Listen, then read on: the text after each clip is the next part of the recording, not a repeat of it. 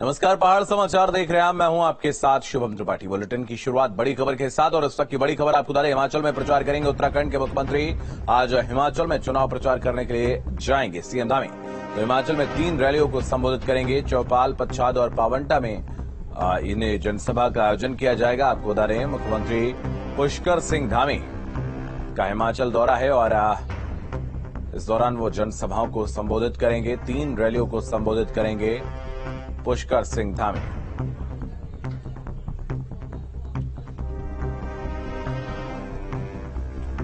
BJP ने CM Dhami को हिमाचल में चुनाव का स्टार प्रचारक बनाया, जिसके बाद से उत्तराखंड में भी राजनीति गरमाई है। बीजेपी और कांग्रेस अपने अपने जीत के दावे कर रहे हैं। सुनिए सीएम धामी और हरीश रावत को।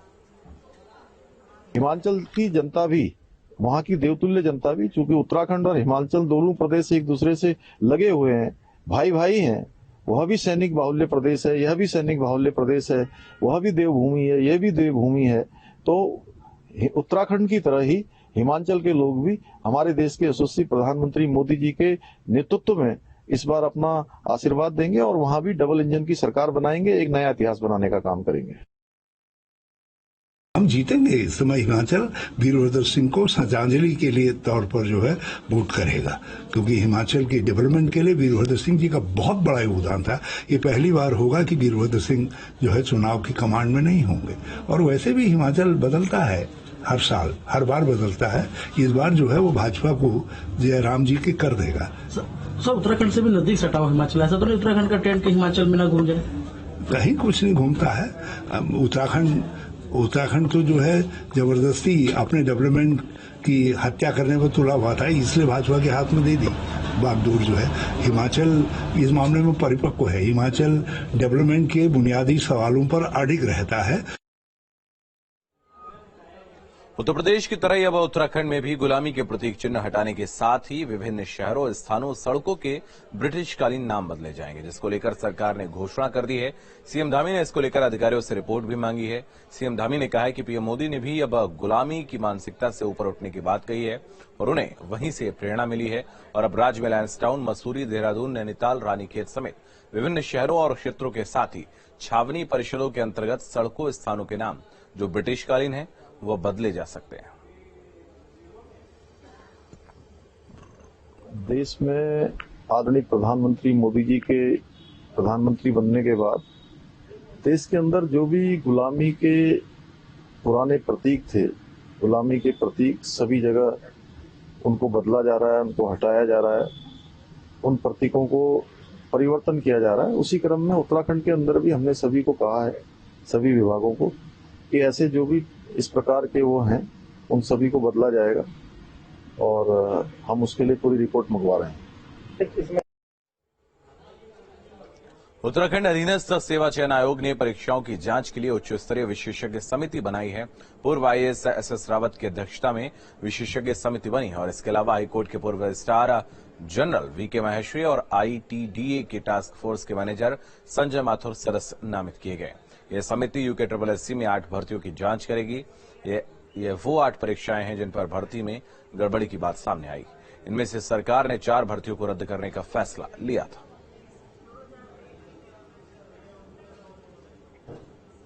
बड़ी खबर आपको बता दें, देहरादून से बड़ी खबर सामने आ रही है। चौथी बार बदली गई पीसीएस परीक्षा की तारीख। पीसीएस की मुख्य परीक्षा की तारीख में बदलाव किया गया और अब 28 से 31 जनवरी में होगी मुख्य परीक्षा।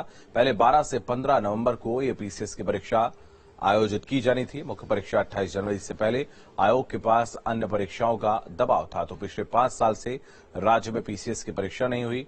उत्तराखंड लोक सेवा आयोग ने पीसीएस मुख्य परीक्षा को स्थगित कर दिया है।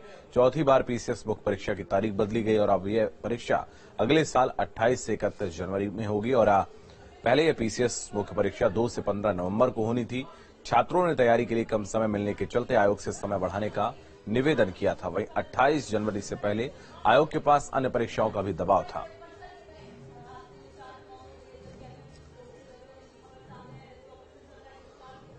उत्तराखंड के पूर्व मुख्यमंत्री हरीश रावत ने रानीबाग हल्द्वानी में एचएमटी की जमीन उत्तराखंड सरकार को हस्तांतरित होने पर राज्य सरकार पर निशाना साधा है। राज्य सरकार केवल अपना प्रचार प्रसार करके राजनीतिक लाभ उठाने की कोशिश कर रही है। हरीश रावत ने कहा कि ऋषिकेश में आईडीपीएल और एचएमटी को बंद करने का पाप केंद्र सरकार ने किया है। तो चाहते थे उद्योग चले, और अब राज्य सरकार का दायित्व है कि जिस उद्देश्य से ये जमीनें दी गई थी, अब यहाँ कोई ऐसा उद्यम स्टार्ट करें ताकि जो केंद्र सरकार का पाप है कि एचएमटी और आईडीवीएल को बंद करना उत्तराखंड के प्रति महापाप है, घोर पाप। जो ये घोर पाप है उसका प्रायश्चित यदि राज्य सरकार करना चाहती है, धामी सरकार करना चाहती है, तो यहाँ कुछ ऐसे उद्योग प्रारंभ करें जिससे स्थानीय बेरोजगार नौजवानों को और महिलाओं पुरुषों को काम मिल सके। राज्य आंदोलनकारी राजेंद्र गैरोला ने पुलिस प्रशासन पर मानसिक उत्पीड़न करने का आरोप लगाया है। मामले में राजेंद्र गैरोला ने देश के राष्ट्रपति, प्रधानमंत्री, उत्तराखंड के मुख्यमंत्री से लेकर कई विभागों को पत्र भेजा है। दरअसल राजेंद्र गैरोला अंकिता भंडारी मामले में सीबीआई जांच की मांग को लेकर लगातार अलग अलग तरीके से प्रदर्शन करते आ रहे हैं। आरोप है कि उनके आंदोलन को दबाने के लिए उनका मानसिक उत्पीड़न किया जा रहा है। वहीं महानगर कांग्रेस के कार्यकारी अध्यक्ष सुधीर राय ने सरकार को चेताते हुए कहा कि इस तरह का रवैया सही नहीं है।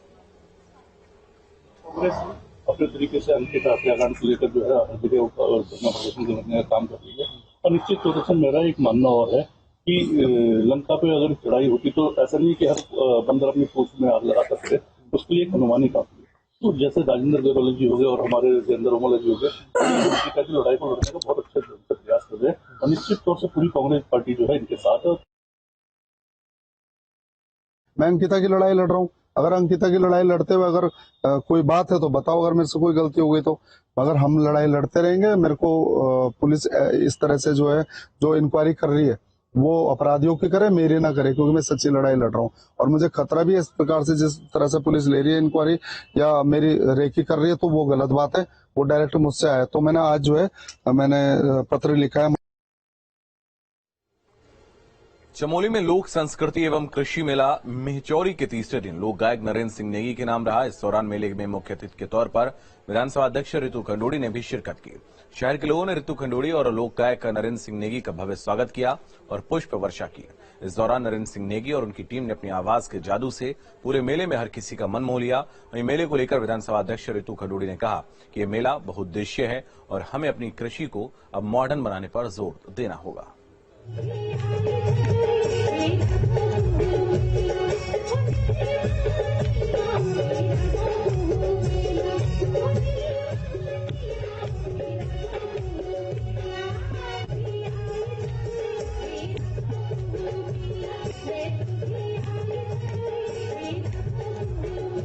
बताना चाहूँगी कृषि में अच्छा काम हुआ, और अब समय चल रहा है कि टेक्नोलॉजी का यूज कर हमें कृषि को मॉडर्न करने की आवश्यकता है। जहाँ अभी हम इस तरह की क्रैश क्रॉप्स उगाएं जो जल्दी उगते हैं, जिनकी आमदनी अच्छी है, जैसे अगर लेमन ग्रास की बात करें, चिकोरे का डिमांड है, इस तरह तेज पत्ता है, इलायची है, इस तरह की चीजें कृषि को ज़्यादा आमदनी जल्दी ज्यादा किसान को फायदा, तो कृषि पर भी पूरा का पूरा ध्यान सरकार कृषि बहुत अच्छा वक्त करेगी।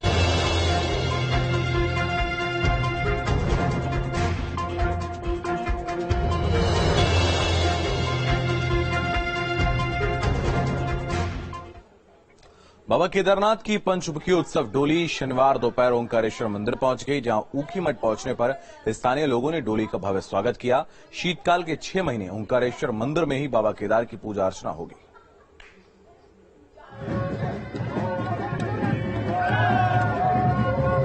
गुप्त काशी में विश्वनाथ मंदिर में रात्रि विश्राम के बाद 11वें ज्योतिर्लिंग भगवान केदारनाथ की पंचमुखी चल विग्रह डोली ने शनिवार की सुबह ओंकारेश्वर मंदिर के लिए प्रस्थान किया था और 12 बजे के करीब डोली अपने शीतकालीन गद्दी स्थल ओंकारेश्वर मंदिर पहुंच गई, जहां पहुंचने पर भक्तों ने डोली का भव्य स्वागत किया। 27 अक्टूबर को केदारनाथ धाम के कपाट बंद होने के बाद डोली ने पहला रात्रि प्रवास रामपुर में किया था और दूसरा गुप्त काशी में। उसके बाद सैनिक बैंड बाजे के साथ डोली ऊखीमठ के लिए रवाना हुई, जहां रावल ने डोली का स्वागत किया। रावल भीमाशंकर लिंग ने कहा कि इस वर्ष यात्रा ने नया कीर्तिमान बनाया है, केदार में लोगों की आस्था बढ़ी है। लेकिन इस साल के अभी तक युग युग से यात्रा में तो बहुत संख्या कम आए थे, सबको रिकॉर्ड तोड़ करके इस साल तो सारा देश हर घर घर में हम अनेक स्टेटों में हमने घूमे 6 महीने में, घर घर में करके हमको केदार जाना है। रावल ने कहा कि अगले वर्ष यात्रा में आने वाले तीर्थयात्रियों को केदारनाथ मंदिर के अलौकिक दर्शन प्राप्त होंगे, क्योंकि उसे सोने से जड़ा जा रहा है। रावल ने कहा कि आपदा के समय पंचमुखी डोली पर पहनाए जाने वाला सोने का मुकुट भी खराब हो गया था। ऐसे में भक्तों ने पिछले वर्ष नया मुकुट बनाया है। जल प्रलय के समय वो पुराना हो गया था, इसलिए नया हमने सभी भक्तों की वजह से किया गया था। पिछले साल ये नया हो गया मुकुट और स्वर्ण मंदिर हो गया। अगले साल उसका शिखर भी, कलश भी सोने का भगवान का हो जाएगा, हमको आशा है। और उसी उपलक्ष्य भगवान केदारनाथ के शीतकालीन गद्दी स्थल ओंकारेश्वर मंदिर में ग्रीष्मकाल के 6 माह में 68,889 भक्तों ने पूजा अर्चना कर मनौती मांगी थी। अब शीतकाल के 6 महीने यहीं पर भगवान केदारनाथ की पूजा अर्चना की जाएगी। Team news state. बड़ी खबर आपको बता दें रुद्रप्रयाग से, जहां श्री बद्री केदार मंदिर समिति के अध्यक्ष अजय का बयान, उन्हें पद से हटाने के लिए किसी को सुपारी दी गई है। मंदिर समिति के कुछ कार्मिक उनके खिलाफ साजिश रच रहे हैं।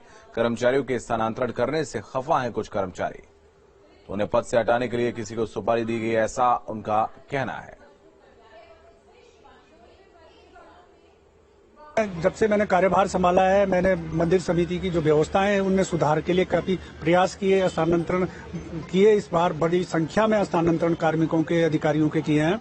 उसके अलावा जो हमने जो कैंप कार्यालय था हमारा देहरादून में, उसको समाप्त किया है। जो ऋषिकेश में प्रचार कार्यालय था उसको समाप्त किया है। तो उस कारण से स्वाभाविक रूप से कुछ कार्मिकों में भी उसका प्रतिक्रिया है, और प्रतिक्रिया स्वरूप इस तरीके की लगातार कुछ न किसी बहाने मुझे टारगेट करने का प्रयास कर रहे हैं।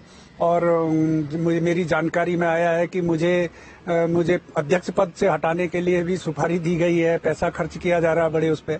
तो ये सारी चीजें हैं, इन चीजों पर हम जो हमारे कार्मिक और उसमें सम्मिलित हैं उनको चिन्हित किया जा रहा है।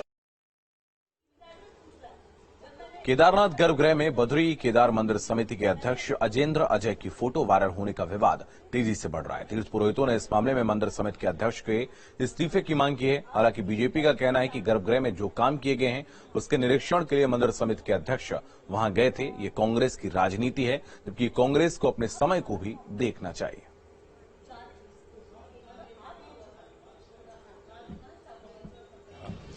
और जिस विषय को लेकर कांग्रेस हल्ला मचा रही है और विपक्ष कह रहा है, ऐसा कुछ भी विषय नहीं है। ये तो एक स्वाभाविक प्रक्रिया है। कहीं अगर डेवलपमेंट वर्क होता है, कहीं अगर कुछ काम होता है, तो निश्चित रूप से काम करने वाले भी जाते हैं, वो उसकी फोटोग्राफी भी करते हैं कि उन्होंने जो काम किया किस गुणवत्ता से किया है, कैसा किया है, उसको वो देखने का काम किया गया है। और कांग्रेस खुद अपने गिरेबान में झांक सकती है। जब उनकी गवर्नमेंट यहाँ रही है, सरकारें रही हैं, उनके बीकेटी के अध्यक्ष रहे हैं, उन्होंने किस तरीके से गर्भगृह के और दूसरी जगहों के चित्रों को जहां नहीं दिखाया जाना चाहिए था उनको दिखाने का काम किया है। उत्तराखंड की चारधाम यात्रा में इस बार रिकॉर्ड तोड़ श्रद्धालु पहुंचे, जिससे सरकार की आय भी बढ़ी और इस यात्रा को हर कोई सफल मान रहा। देहरादून के परिवहन अधिकारी सुनील शर्मा ने माना कि इस बार चारधाम यात्रा सफल हुई और अब परिवहन विभाग आने वाली यात्रा का रोडमैप अभी से तैयार कर रहा है। हुआ कि इस बार रिकॉर्ड नंबर के यात्री हमारे पास आए थे। एक अनफॉर्चुनेट एक्सीडेंट जरूर हुआ है, उसके अलावा हमारी चारधाम यात्रा बहुत सक्सेसफुल रही है और बहुत अच्छा मैनेजमेंट रहा है। हमें इसमें और इम्प्रूवमेंट करने की जरूरत है। तो अभी से ही हम लोगों ने प्लानिंग शुरू कर दी है कि आम यात्रियों को ज्यादा से ज्यादा बसेस मिले। दूसरा, ऐसे क्षेत्र जहां पर कि वाहन के संचालन में खतरा रहता है, वहां पर माननीय मंत्री जी महोदय ने भी कहा हुआ है कि क्रैश बैरियर की आने वाली यात्रा से पहले व्यवस्था हो जाए। देहरादून के डोईवाला में मंत्री प्रेमचंद अग्रवाल के भाई के घर पर लूट के मामले में पुलिस ने मुठभेड़ के बाद 2 और आरोपियों को गिरफ्तार किया है। दोनों आरोपियों के पास से लगभग 3,24,000 की नकदी और साथ ही लाखों के गहने बरामद हुए हैं। दोनों आरोपियों को पुलिस ने आशा रोड़ी के पास से गिरफ्तार किया है और इसके अलावा लूट के पैसों से खरीदी बाइक और एक देसी तमंचा भी बरामद किया गया। एसएसपी देहरादून ने बताया कि गिरफ्तार आरोपी में से आरोपी नावेद को 2018 में गिरफ्तार किया गया। तो बड़ी खबर देहरादून से आपको बता दें, पुलिस मैराथन का आयोजन, सीएम धामी ने की शिरकत। सुरक्षा व्यवस्था के लिए पुख्ता इंतजाम। मैराथन मार्ग को 5 जोन में बांटा गया। इस वक्त की बड़ी खबर देहरादून से, जहां पर पुलिस मैराथन का आयोजन किया गया और इस मैराथन में मुख्यमंत्री पुष्कर सिंह धामी ने भी शिरकत की है और 5 जोन में इस पूरे मैराथन मार्ग को बांटा गया है। सुरक्षा के पुख्ता इंतजाम किए गए हैं। मुख्यमंत्री पुष्कर सिंह धामी ने यहां शिरकत की। तो कैलाश खेर जो कि बॉलीवुड सिंगर हैं, वो भी इस कार्यक्रम में पहुंचे हुए हैं और गीत के माध्यम से जागरूकता फैलाने का काम कर रहे हैं, लोगों से संवाद कर रहे हैं। तस्वीरें आप देख सकते हैं कैलाश खेर जो कि इस कार्यक्रम में पहुंचे।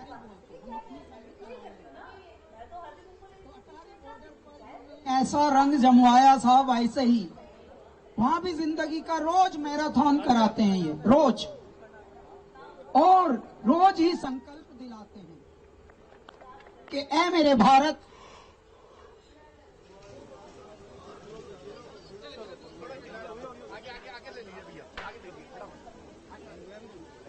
तो मुख्यमंत्री पुष्कर सिंह धामी के साथ में बॉलीवुड सिंगर कैलाश खेर भी नजर आ रहे हैं। वो पहुंचे हुए थे इस कार्यक्रम में। साथ में सरकार के और भी मंत्री और विधायक नजर आए। मैराथन में मुख्यमंत्री पुष्कर सिंह धामी ने भी हिस्सा लिया।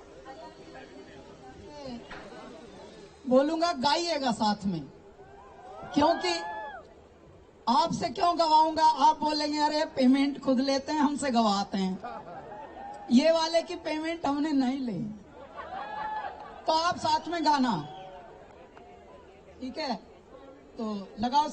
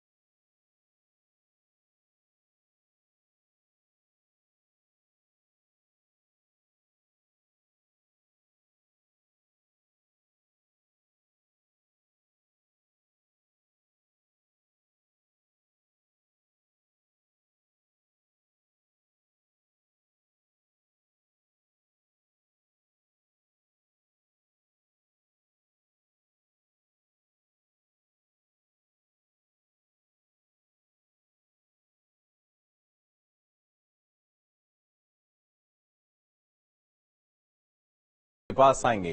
ये मैराथन का आयोजन किया गया है। सुरक्षा व्यवस्था के चाक चौबंद इंतजाम नजर आ रहे हैं। मुख्यमंत्री भी इस कार्यक्रम में शिरकत लेने पहुंचे हैं और जैसा कि हम इस वक्त देख पा रहे हैं, जो सीधी तस्वीरें हैं उसमें बॉलीवुड सिंगर कैलाश खेर और उत्तराखंड के डीजीपी नजर आ रहे हैं।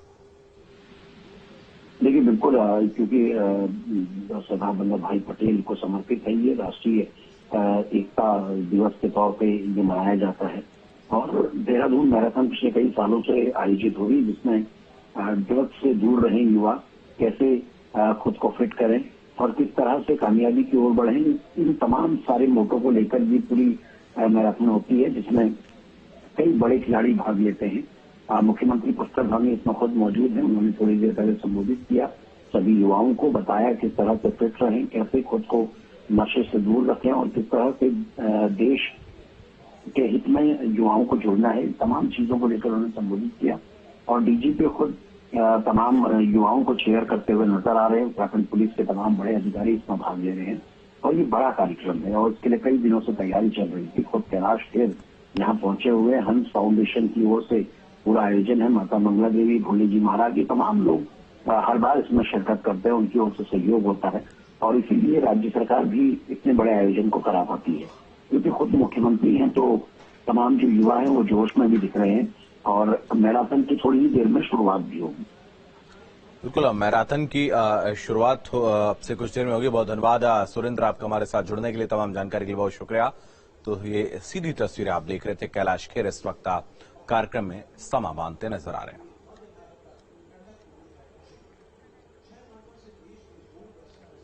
रुक करते हैं अगली खबर की ओर। साइबर ठगी के मामले में चंपावत पुलिस को बड़ी सफलता मिली है। पुलिस ने साइबर ठगी करने वाले 9 आरोपियों को गिरफ्तार किया और साइबर ठगों से 6 लाख से ज्यादा की रकम बरामद की है और इस रकम को पुलिस ने ठगी का शिकार हुए पश्चिम बंगाल, बिहार, हरियाणा, दिल्ली के लोगों को वापस किया है। सर, मेरी ठगी फरवरी पे हुई थी। इसमें मेरी पापा की सैलरी सेंड कर रहे हैं करके हो गई थी। इसमें मेरे से रिक्वेस्ट भेजी हुई थी, मैंने सिर्फ एक्सेप्ट की थी। उससे मेरे पैसे अपने आप कटते गए और मेरे पैसे भी मुझे पूरे मिल चुके हैं। इसमें मैं पुलिस का बहुत बहुत धन्यवाद करती हूँ कि इन्होंने मेरे पैसे दिलाने में मेरी सहायता की।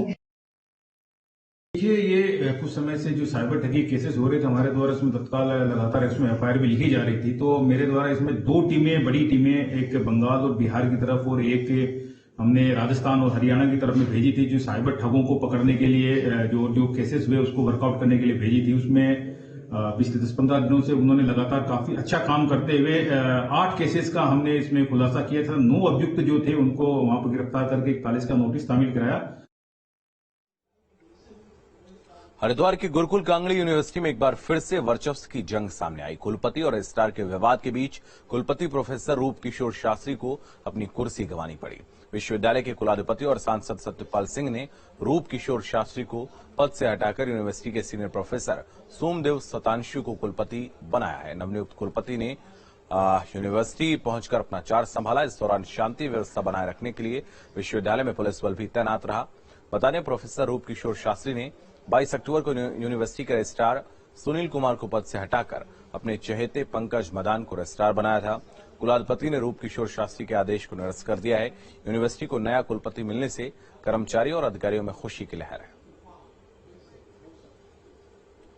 विवाद कुछ भी नहीं, माननीय कुलाधिपति जी का आदेश प्राप्त हुआ कार्यवाहक कुलपति के रूप में कार्यभार ग्रहण करने के लिए, तो मैंने कार्यभार ग्रहण कर लिया है।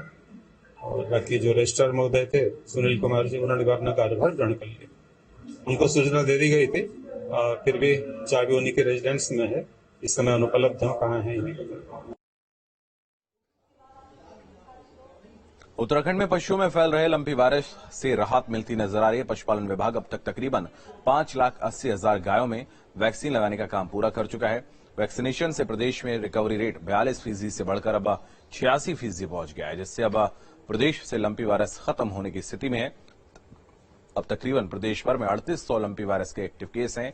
लंपी वायरस की चपेट में आने से सरकारी आंकड़ों के मुताबिक 842 गायों की मौत हो गई है।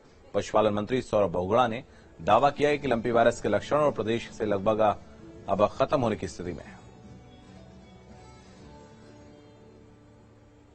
और हमने बहुत अच्छी तरीके से हमारे विभाग ने इस पर कार्रवाई करी, हमने इसको कंट्रोल किया। लगभग 5,80,882 जानवरों को हम वैक्सीनेट कर चुके हैं। आज के दिन जो हमारे एक्टिव केसेस हैं वो सिर्फ टोटल में 3,869 केसेस हैं जो एक्टिव केसेस हैं। रिकवरी रेट हमारा 42% से बढ़ के 86% हो चुका है और टोटल डेथ जो हुई है वो 842 हुई है स्टेट में।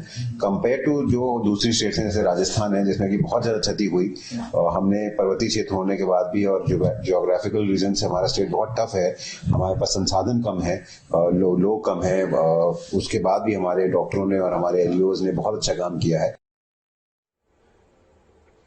देहरादून में सिटी बस अक्सर रेसिंग करती नजर आती हैं और उसकी वजह से कई बार हादसे हो जाते हैं, लेकिन अब सिटी बस की रफ्तार पर ब्रेक लगाने के लिए परिवहन विभाग ने नया प्लान तैयार किया, जिसके तहत अगर कोई चालक रेसिंग करते हुए पाया गया तो उसका परमिट कैंसिल होगा और कई रूटों के स्टॉप पर बोर्ड भी लगवाए गए। अभी जैसे हमारे आरटीओ सर ने कहा कि हम लोग जनता के सेवक हैं, तो फर्स्ट प्रायोरिटी यही रहेगी कि वैसे तो ज्यादातर सर्विसेज ऑनलाइन हो गई हैं, लेकिन पहली प्रायोरिटी हमारी यही रहेगी, जो भी पब्लिक यहाँ, जो भी जनता यहाँ सेवा के लिए आ रही है, सर्विस के लिए, वो सुचारू रूप से और सुविधापूर्ण तरीके से हो, परेशान न होना पड़े। एक सर ने कहा एक डेस्क भी हम यहाँ पे पीआरओ डेस्क भी शुरू करेंगे, जिससे कि ऑनलाइन जो भी सर्विसेज हैं, जिसको जहाँ भी दिक्कत आ रही है, असुविधा हो रही है, वहां से हेल्प किया जाएगा। एक तरह से जो पूछताछ कक्ष जो पहले होता था, अब उसको हम थोड़ा सा मॉडर्न तरीके से बनाएंगे। तो पहाड़ समाचार में फिलहाल इतना ही। आप लगातार बने रहिए न्यूज स्टेट के साथ।